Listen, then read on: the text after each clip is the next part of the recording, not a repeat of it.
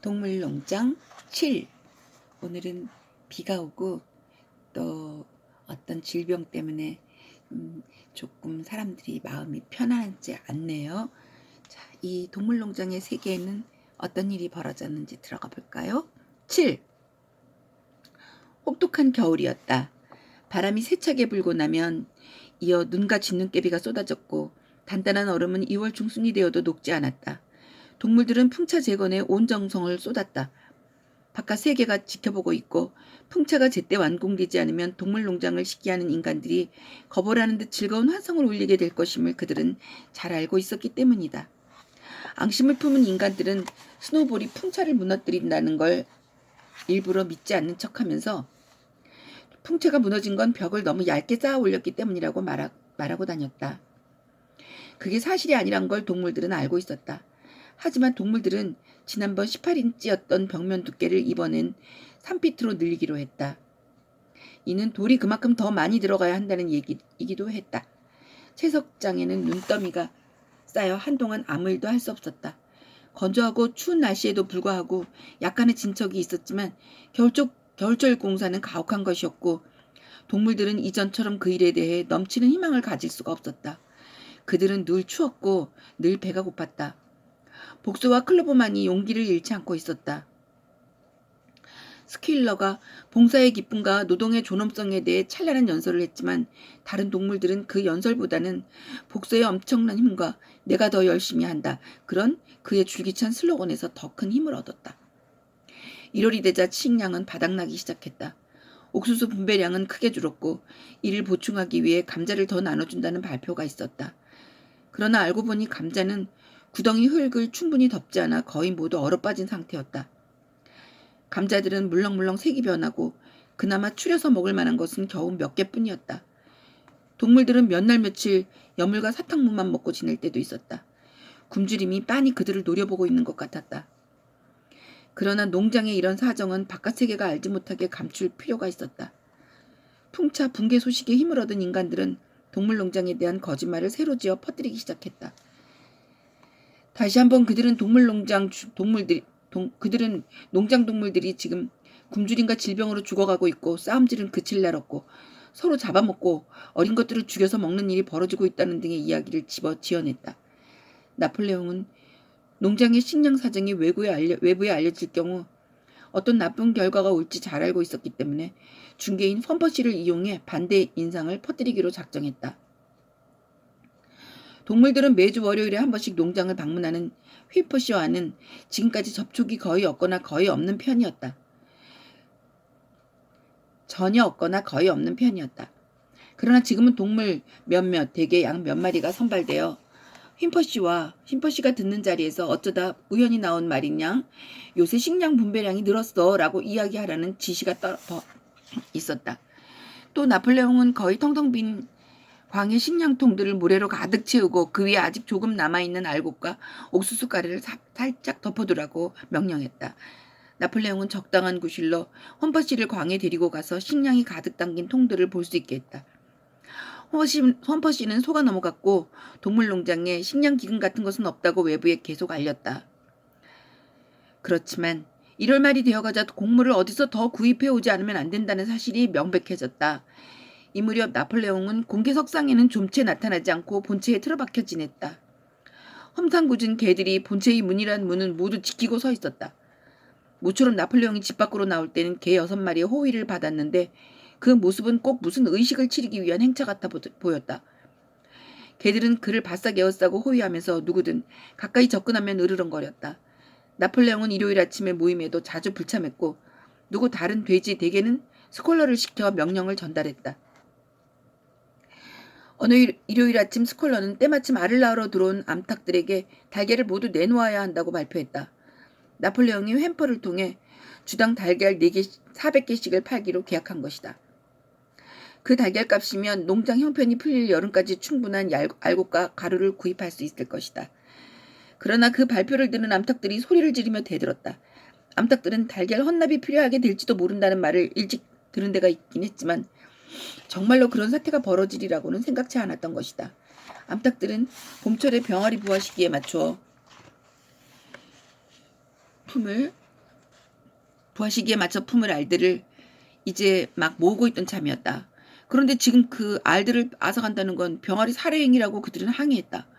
존주를 몰아내고 난 이후 처음으로 농장에는 반란 비슷한 기운이 감돌았다.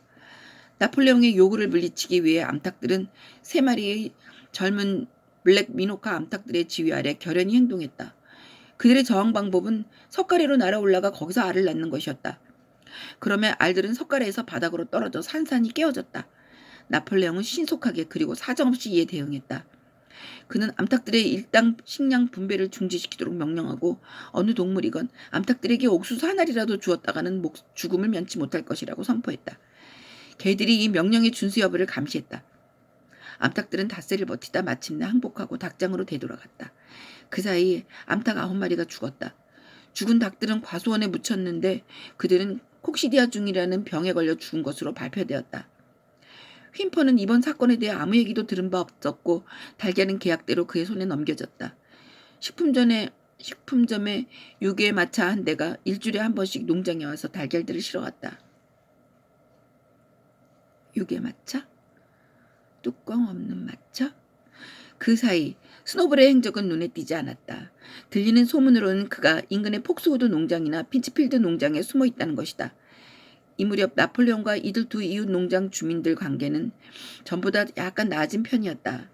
마침 농장 마당에는 10년 전 너도밤나무 숲을 잘라냈을 때 생긴 목재 한 더미가 쌓여 있었는데 10년 세월이 지나는 동안 녹재는 잘 말라 있었고 휜퍼가 나폴레옹에게 그 목재를 팔도록 종용했다.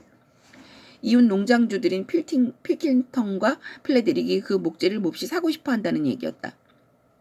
나폴레옹은 둘 중 누구에게 팔까 망설이던 마음을 정하지 못하고 있었다. 그는 프레데릭에게 목재를 넘기기로 거의 결정을 보고 나면 그 프레데릭이 농가인 핀치필드에 스노우볼이 숨어있다는 소리가 들렸고 필킹턴 쪽으로 마음이 귀를 낳치면 그 필킹턴의 농장인 폭스우드에 스노우볼이 숨어있다는 얘기가 들려왔기 때문이다. 그런데 이른봄 어느 날 놀라운 일이 하나 발견되었다. 스노우볼이 그동안 밤을 틈타 몰래 농장을 수없이 들락거렸다는 것이었다. 동물들은 밤이면 불안해서 도통 잠을 잘 수가 없었다.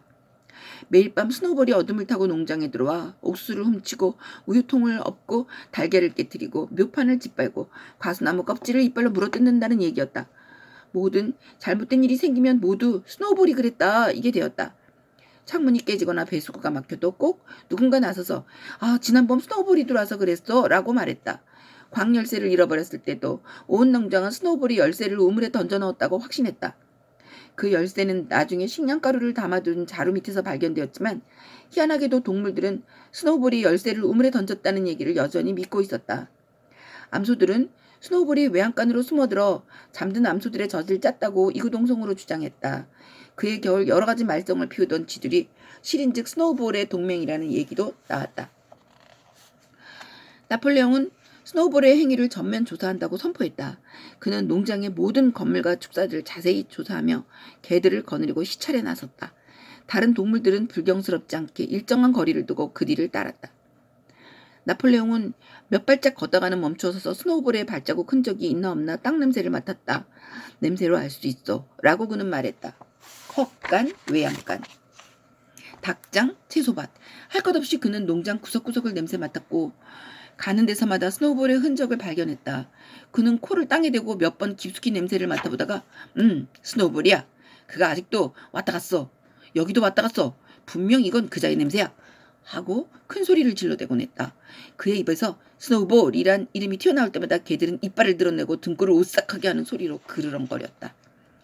동물들은 완전히 겁에 질렸다. 스노우볼이 마치 보이지 않는 유령처럼 허공을 떠다니며 온갖 위험한 일로 그들을 위협하고 있는 것 같이 보였다. 저녁이 되자 스킬러가 동물들을 소집했다. 그는 놀랍다는 표정으로 중대에 뉴스가 있다고 말했다. 스콜러는 나폴레옹 밑에 따라다니는 사람이죠. 나폴레옹은 지금 현재 이 동물농장을 지휘하고 있는 돼지, 그리고 제일 처음에 이 동물농장을 접수했던 스노우볼이라는 돼지를 밀쳐냈죠. 동무들! 스컬러는 다소 흥분한 듯 이리저리 서성대며 말을 시작했다. 아주 놀라운 일이 하나 발견됐소. 핀치필드 농장의 프레데릭은 지금도 우리를 공격해서 농장 뺏을 음모를 꾸미고 있는 자요. 그런데 스노우볼이 그 프레데릭한테 붙어서 공격이 개시되면 안내 역할을 맡기로 했다는 겁니다. 그리고 그보다 더 고약한 일이 있어. 우리는 스노우볼이 허영과 야심 때문에 반란을 획책했다고만 생각하고 있었죠. 그런데 동무들 그게 아니었어. 진짜 이유가 뭔지 아십니까? 스노우볼은 처음부터 존주와 동맹을 맺고 있었던 겁니다. 그는 그동안 줄곧 존주의 밀정이었어. 이 사실은 스노우볼이 남기고 달아난 문서에서 밝혀진 것이오. 그 문서는 최근 발견되었어요. 동무들, 이는 많은 것을 설명해 줍니다. 외양간 전투 때 스노우볼이 어떤 식으로 우리 동물들의 패배를 기도했는지 이젠 분명해지지 않았어? 동물들은 놀라 어안이 벙벙했다. 아니 정말 그렇다면 그건 풍차파괴 행위보다도 더 고약한 것이 아닌가. 하지만 동물들이 스콜러의 설명을 받아들이는 데는 약간의 시간이 필요했다. 동물들은 외양간 전투 때 스노우볼이 앞장서서 돌격했던 걸 두 눈으로 똑똑히 보았고 그가 고비마다 동물들을 고무하고 격려하던 일, 그런 일 등에 존재의 총을 맞고서도 지치 않고 돌진하던 일, 이 모든 일을 기억하거나 적어도 기억하고 있다고 생각했다. 그런데 그 스노우볼이 존재의 편이었다니 동물들은 앞뒤가 맞게 그림을 짜맞추기가 어려웠다. 좀채 질문하지 않는 그 복서까지도 뭐가 뭔지 알 수 없었다. 그는 앞발을 괴고 앉아 눈을 감고 머릿속 생각을 정리하느라 한참 애를 썼다. 난 믿을 수 없소. 복서가 말했다. 스노우볼은 외양간 전투 때 용감하게 싸웠어요. 내 눈으로 보았소. 전투가 끝나고 우리는 그에게 동물 영웅 1등 훈장을 주지 않았소? 아, 그건 우리의 실수였어, 동무. 사실인즉 그는 우리의 패배를 기도하고 있었던 거요.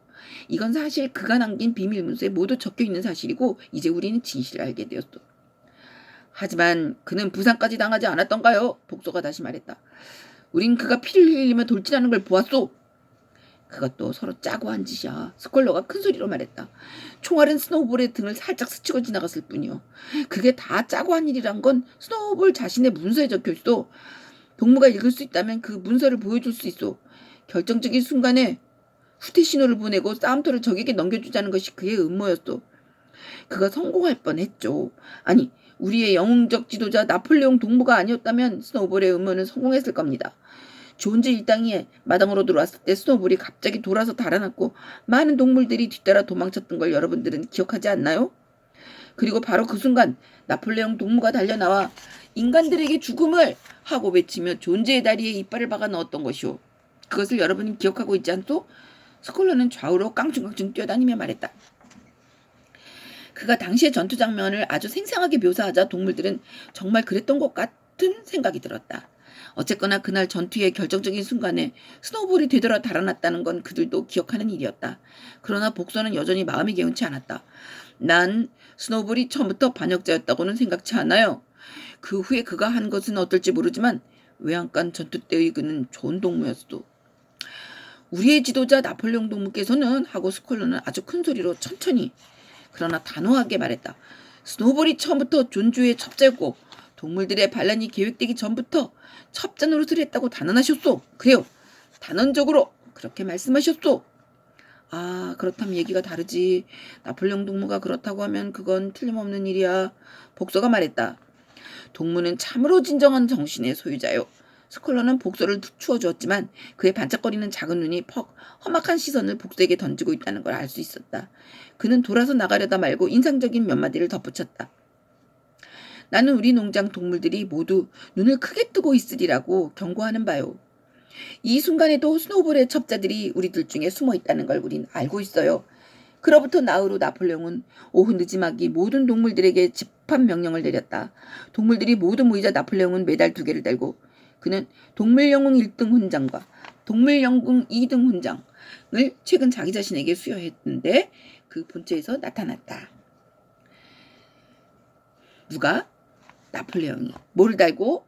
동물영웅 1등 훈장과 동물영웅 2등 훈장을 달고. 누가 준 거? 자기가 준 거. 덩치가 큰 개 9마리가 나폴레옹을 에워싸고 그르렁대며 뛰어다녔다. 개들의 으르렁거리는 소리를 듣기만 해도 동물들은 온몸이 오싹했다. 어떤 무서운 일이 이제 곧 벌어지리라는 걸 예감이나 한 듯 동물들은 잠자코 제자리에 들어가서 웅크리고 있었다. 나폴레옹은 일동을 쭉 한번 엄한 눈으로 훑어보다가 꽥꽥하고 높은 소리를 질렀다. 순간 개들이 달려나와 돼지 4마리의 귀를 덥석 물고 앞으로 끌고 나갔다. 돼지들은 아픔과 공포로 깨끗거리며 나폴레옹 앞으로 끌려갔다. 돼지들에게서는 피가 흘렀다. 피맛을 본 개들은 잠깐 제정신이 아닌 것 같았다. 그중 3마리가 복서를 향해 달려드는 걸 보고 동물들은 모두 깜짝 놀랐다. 개들이 덤벼들자 복서는 커다란 발굽을 들어 그중 한 마리를 허공에서 낚아채 발굽 밑으로 깔고 섰다. 개는 살려달라는 비명을 내질렀고 다른 개 두 마리는 뒷다리 사이로 꼬리를 내리고 도망쳤다. 복서는 개를 깔아 죽여야 할지 놓아줘야 할지 알고 싶다는 듯 나폴레옹을 쳐다보았다. 나폴레옹은 잠깐 얼굴색이 변한 듯 하다가 개를 놔주라고 복서에게 엄하게 명령했다. 복서가 발굽을 들어주자 개는 길게 한번 울부짖으며 상처난 몸을 빼어 달아났다. 소라는 금세 조용해졌다. 끌려나간 돼지 4마리는 자기들이 지은 죄를 온 얼굴에 조목조목 써놓은 듯한 모습으로 벌벌 떨며 서 있었다. 나폴레옹은 그들에게 죄를 자백하라고 명령했다.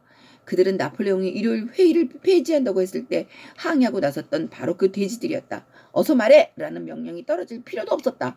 돼지들은 스노우볼이 추방되는 지금까지 줄곧 그와 비밀리에 접촉해왔고 그 스노우볼과 짜고 풍차를 무너뜨렸을 뿐 아니라 동물농장을 프레데릭에게 넘겨주기로 스노우볼과 공모했다고 순순히 자백했다. 그들은 또 스노우볼이 지난 몇 년은 존재의 비밀 첩자였음을 제 입으로 은밀히 인정했다고 덧붙였다. 자백이 끝나자 개들이 달려들어 돼지들의 목을 물어뜯었다. 나폴레옹은 또 자백할 것이 있는 동물은 앞으로 나오라고 서슬이 푸르게 명령했다. 달걀 사건 때 반란을 주도했던 암탉 4마리가 나와 스노우볼이 그들의 꿈에 나타나서 나폴레옹의 명령에 불복하도록 사주했다고 진술했다. 그들 역시 처형되었다.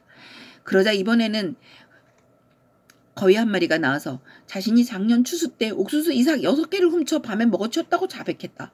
이어 양 1마리가 자기는 먹는 물 웅덩이에 오줌을 쌌는데 그건 스노우볼이 시킨 것이었다고 말했다. 양 2마리는 자기들이 기침병에 걸린 늙은 순양 하나, 그 순양은 나폴레옹의 헌신적인 추종자였다. 그것을 화투불 주의로 뱅뱅 몰아 살해했다고 자백했다. 이들도 모두 즉석에서 도살당했다. 자백과 처형은 그런 식으로 계속되었다.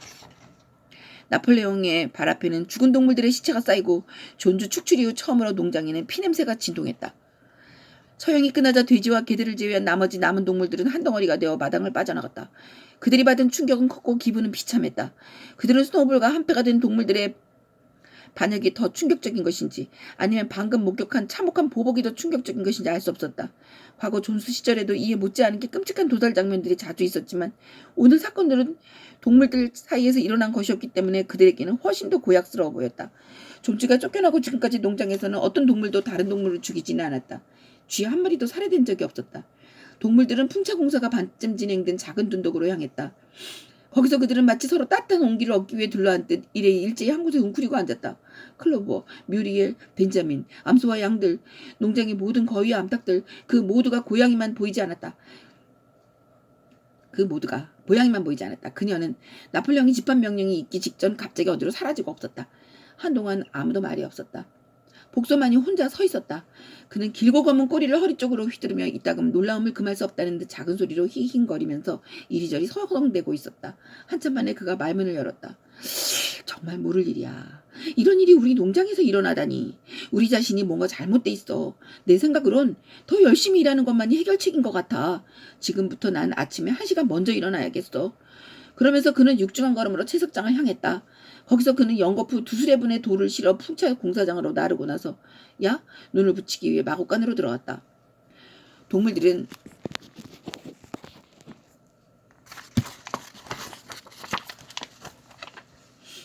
여전히 클로버를 에워싼 채 말없이 둔덕에 웅크리고들 앉아있었다.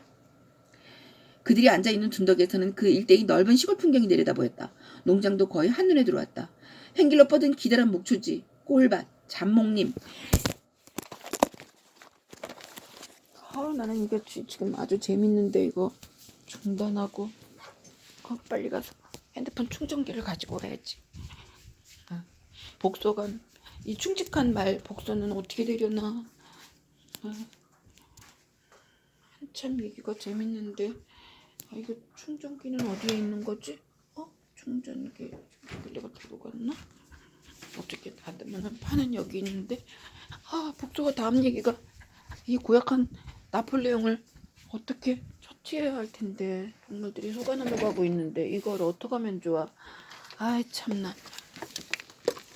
배터리가 충전이 덜 돼 있어갖고 나는 핸드폰으로만 이것을 하고 있는 중인데 참. 우리 애기들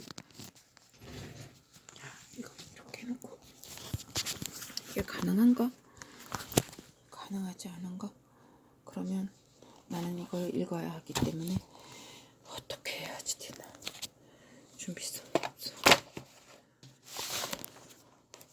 이것을 이렇게 해서 세워놔야지 되는데 참. 나는 내일은 가서 꼭 핸드폰 세워두는 그것을 사고 말 거야. 6,000원짜리도 있었고 20,000원짜리도 있었는데 망설이다가 사지 못했는데 나는 그것을 오늘 가서 꼭 사고 말 거야. 이게 무슨 짓이야. 지금 동물들이 얼마나 고통을 받고 있는데 이거 찍지를 못하고 답답하네. 어떻게 해야 지겠으나 모르겠다.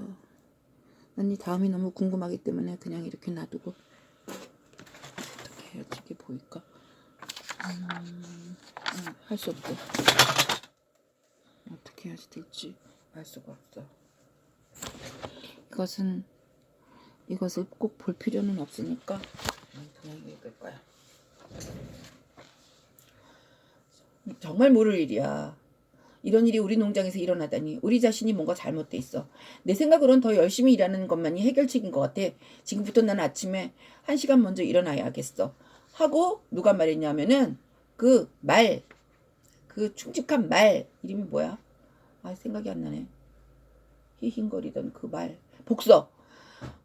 복서는 육중한 걸음으로 채석장을 향했다. 거기서 그는 연거푸 두수레분의 돌을 실어 풍차 공사장으로 나르고 나서 눈을 붙이기 위해 마구간으로 들어갔다. 동물들은 여전히 클로버를 에워싼 채 말없이 둔덕에 웅크리고 앉아있었다. 그들이 앉아있는 둔덕에서는 그 일대의 넓은 시골 풍경이 보였다. 농장도 거의 한눈에 들어왔다. 행길로 뻗은 기다란 목초지, 꿀밭, 잡목잎, 마시는 물웅덩이, 어린 밀 이삭들이 푸른색으로 살찌고 있는 밭들, 굴뚝에서 연기가 모락모락 오르고 있는 농장 건물들의 빨간 지붕, 말띠겐 봄날 저녁이었다. 부풀어 오른 울타리와 근처 잔디가 저녁 햇살에 황금빛으로 물들어 있었다. 동물들의 눈에는 농장이 지금처럼 탐스러워 보인 적이 없었고 그 농장이 고스란히 자기네 것이라는 생각이 들자 동물들은 새삼 놀라웠다. 언덕 아래를 내려다보는 동안 클로버의 눈에는 눈물이 고였다. 자기 생각을 제대로 표현할 수 있었다면 클로버는 여러 해 전 동물들이 인간을 뒤집어 엎기로 했을 때 일이 이 지경이 되는 꼴을 보고 싶어서 그랬던 것은 아니라는 말을 했을 것이다. 오늘 있었던 공포와 사륙의 장면들은 늙은 메이저가 그들에게 반란을 사주했던 그날 밤 그들이 꿈꾸고 기대했던 그 일이 아니었다. 그녀의 머릿속에 담긴 미래의 그림이 있었다면 그것은 굶주림과 회초리에서 벗어난 동물들의 사회, 모든 동물들이 평등하고 모두가 자기 능력에 따라 일하는 사회, 메이저의 연설이 있던 그날 밤 그녀가 우리 새끼들을 보호해 주었듯이 강자가 약자를 보호해주는 그런 사회였다. 그런데 그 사회 대신 찾아온 것은 아무도 자기 생각을 감히 꺼내지 못하고 사나운 개들이 으르렁거리며 돌아다니고 동물들이 무서운 죄를 자백한 다음 갈갈이 찢겨 죽는 꼴을 보아야 하는 사회였다. 왜 그렇게 된 건지 그녀로서는 알 수 없었다. 그녀가 반란이나 불복종을 생각하고 있는 건 아니었다. 과거 존주 시절에 비하면 그래도 지금이 훨씬 낫다는 걸 그녀는 알 수 있었고 인간들이 되돌아오지 못하게 하는 일이 무엇보다 필요하다는 것도 그녀는 알고 있었다.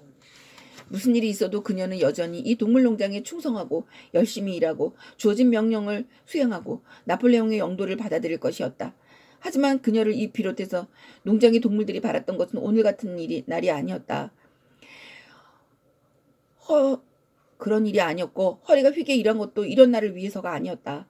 풍차를 세우고 존재의 총앞에 대든 것은 이런 날을 위해서가 아니었다. 비록 표현할 말을 찾지는 못했지만 기노의 머릿속에 떠오르는 생각은 이런 생각들이었다. 마침내 그녀는 그 찾지 못한 말들을 대신해 줄 것은 노래뿐이라는 생각이 들어 잉글랜드의 짐승들을 노래하기 시작했다. 다른 동물들도 따라 불렀다. 그들은 3번 연달아 천천히 슬프게 그 노래를 불렀다. 그들이 그런 식으로 잉글랜드의 짐승들을 불러보기는 이번이 처음이었다. 슬프네.